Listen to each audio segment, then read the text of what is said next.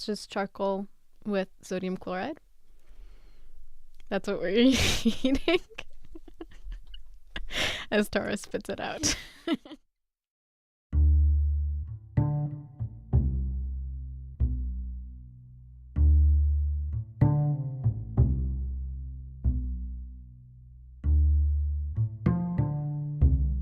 Welcome to the Queen Pickle podcast.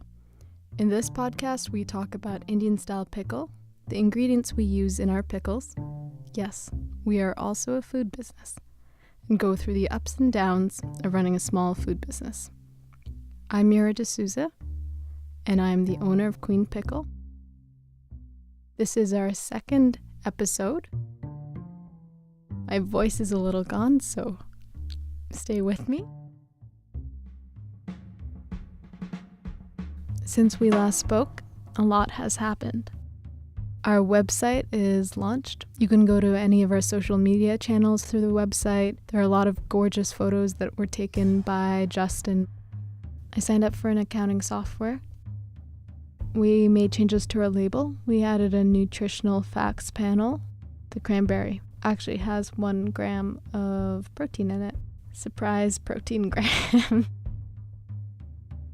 I finished the Better Process Control School. The University of Tennessee has put together the coursework for it, and they sent out a book for you, and then you take a bunch of exams. I passed the course and now know a lot of information about how to correctly process lots and lots of different types of preserves and low-acid foods.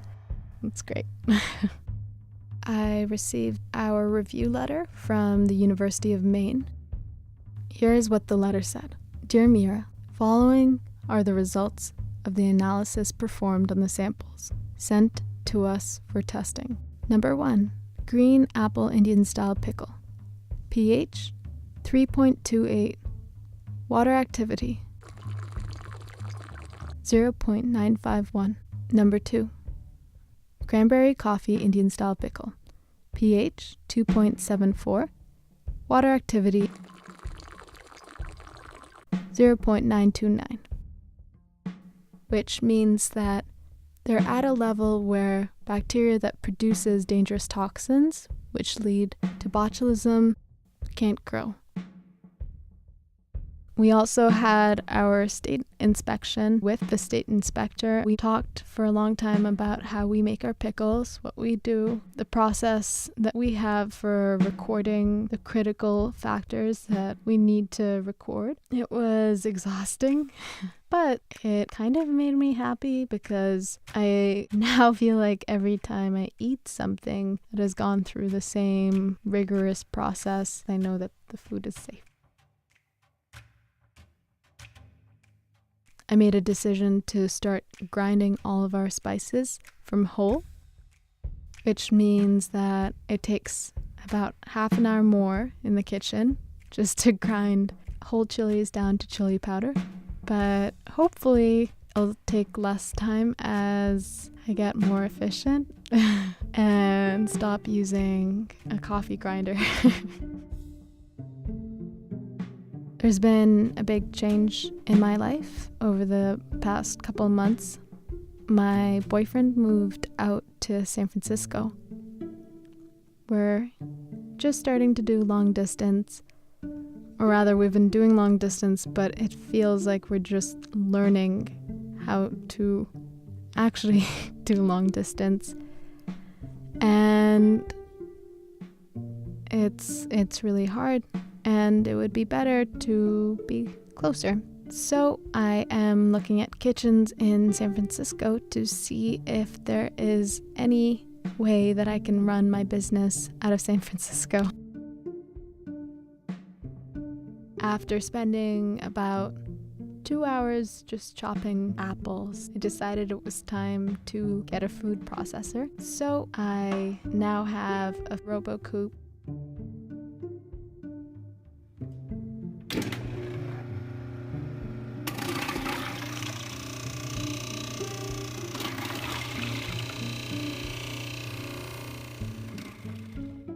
The same amount of apples that it would take to chop for 2 hours, can now chop in about 5 minutes.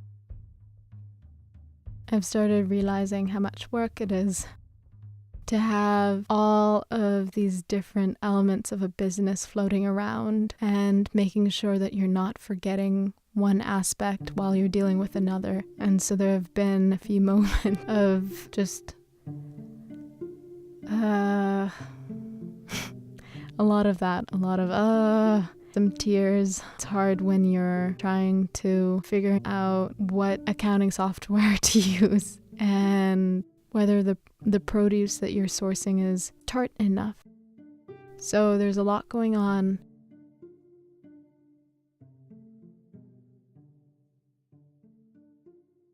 We're now going to taste some salt with my sister Mira D'Souza and see how it goes.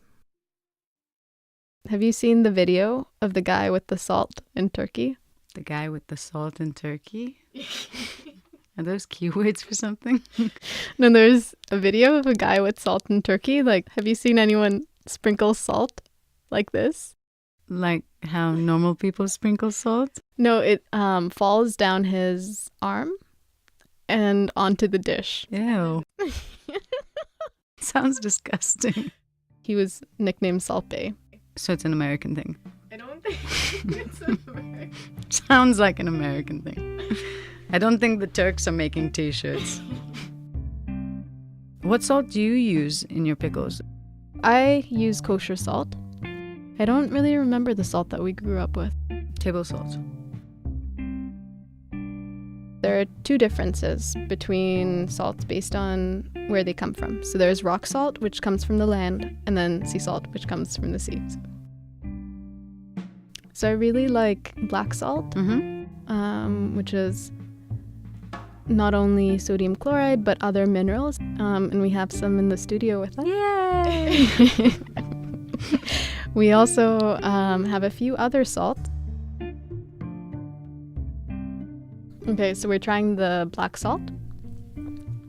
Is chati a word?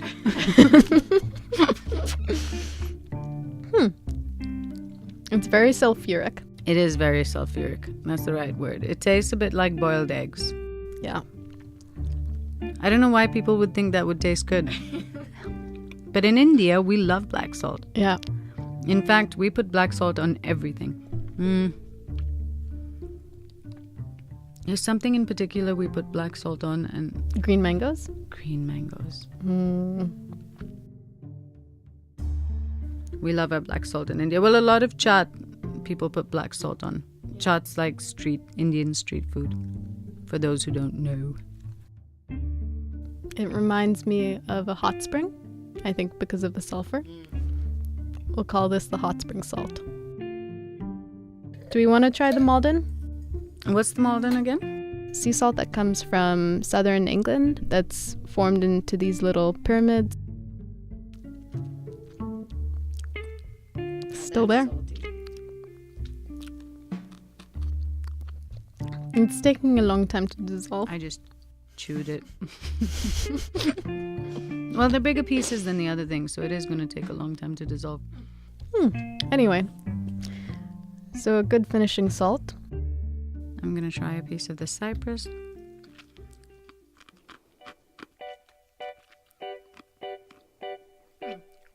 This is not as salty. Try this one. It's similar to the... It's a little similar to the black salt, as in the first black salt we tried. But not as strong, not as sulfur tasting. But similar, I think, in the sense that it almost has a bit of sweetness as well. It's just charcoal with sodium chloride. That's what we're eating. As Tara spits it out.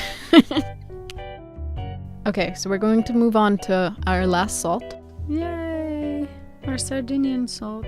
Do you want to take the first pinch? Okay.